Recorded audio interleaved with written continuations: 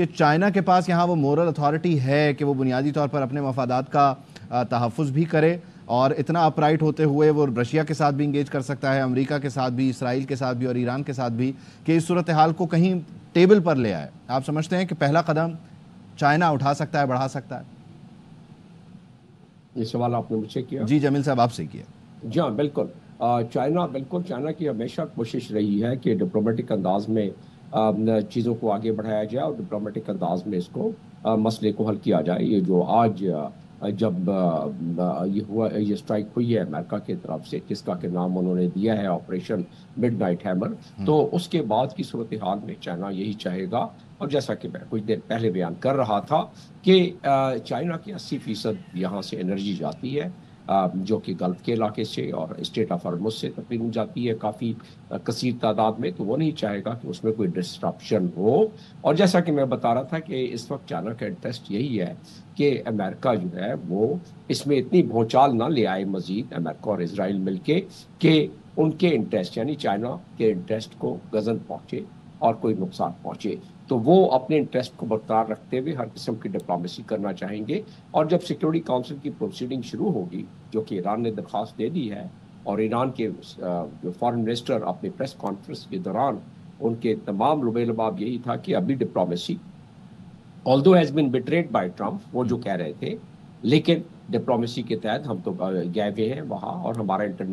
Security council میں اور international قانون کے تحت حق دفاع ہم رکھتے ہیں، جس کا کہ ہم استعمال کریں گے۔ ان کے ریولوشنری گارڈ نے کہہ دیا ہے کہ امریکہ کے بیسز جو ہے وہ بھی ہمارے نشانے میں ہے۔ میرا اپنا ماننا یہ ہے اور اپنا تجزیہ یہ ہے کہ اس وقت اجلت نہیں کریں گے ایرانین، اور ایران اس وقت اپنی رشیا اور چائنا سے جمیل صاحب سوری ٹو انٹرپٹ، اس میں بنیادی طور پر آپ سمجھتے ہیں کہ امریکہ، اگر ہم دوحہ مذاکرات کو دیکھیں تو جو ایک عرصے کی لڑائی تھی، اس کے بعد جب بھرپور جواب ملتا رہا اور بھرپور ناکامی رہی، تب جا کر وہ ٹیبل پہ آیا اور اس نے ایک ون ون سچویشن اپنے لیے کریٹ کی۔ اب یہاں پر اگر ایران جواب نہیں دیتا اور ایران اسی طرح سے جو ہے وہ ایگریشن کا سامنا کرتا ہے اور پھر بولتا ہے کہ آ جائیں جی میز پہ بیٹھتے ہیں، تو پھر تو ساری ٹرمز امریکہ کی ہیں۔ آپ سمجھتے نہیں ہیں کہ ایران چاہے گا کہ جواب دے کر کوئی ذرا اس کا بیلنس کریٹ کر کے صورتحال کا پھر اپنے بھی مطالبات ٹیبل پہ رکھیں؟ دیکھیں، جب تک بات فضاؤں میں رہے گی، جب تک بات ہواؤں میں رہے گی، جب تک بات میزائلوں کی رہے گی اور B-2 بمبر کی رہے گی، اس وقت تک تو سبقت حاصل ہے۔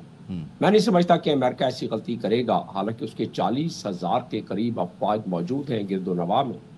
اس مڈل ایسٹ میں، اور وہ نہیں چاہے گا کہ اس وقت بوٹس آن گراؤنڈ ہو، کیونکہ انہوں نے مزہ چکھ لیا بوٹس آن گراؤنڈ کا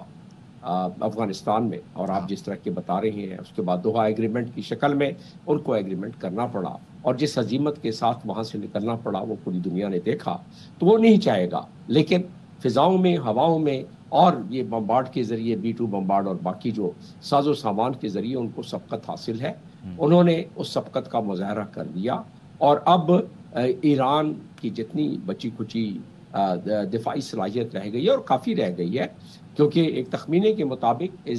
ایران کے پاس تقریباً 2 سے 3 ہزار کے قریب میسائلس اور ہر قسم کے میسائلس موجود، اور آج انہوں نے جب ریٹیلیٹری اسٹرائک کیا ہے تو ہم نے دیکھ لیا کہ انہوں نے کتنے 2 درجن سے زیادہ اسرائیلی جو ہے اس میں زخمی ہوئے ہیں، کچھ مارے بھی گئے ہوں گے۔ حیفا میں بھگدڑ مچی ہوئی ہے، تل ابیب میں بھگدڑ مچی ہوئی ہے، ایسی بھگدڑ کہ اسرائیل نے کبھی جب سے قائم ہوا ہے اسرائیل دیکھا ہی نہیں۔ تو یہ توقع نہیں کر سکتا تھا اسرائیل کہ کوئی اور طاقت بھی موجود ہے خطے میں جو کبھی اس قسم کی ہلچل مچا سکتی ہے اور اس قسم کا نقصان پیدا کر سکتی ہے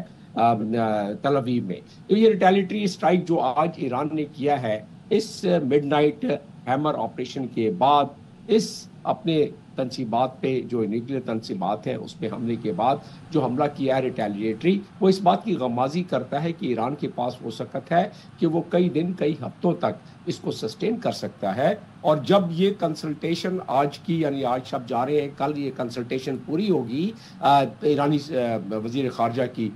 رشیا اور چائنا کے ساتھ، میرا اپنا خیال ہے چائنا بھی ضرور بیچ میں لوپ میں ہوگا، تو اس لحاظ سے پھر اس کے بعد جو لائحہ عمل سامنے ایران لے کے آئے گا، یقیناً اس کے بعد بہت ساری چیزوں میں کلیئرٹی آئے گی۔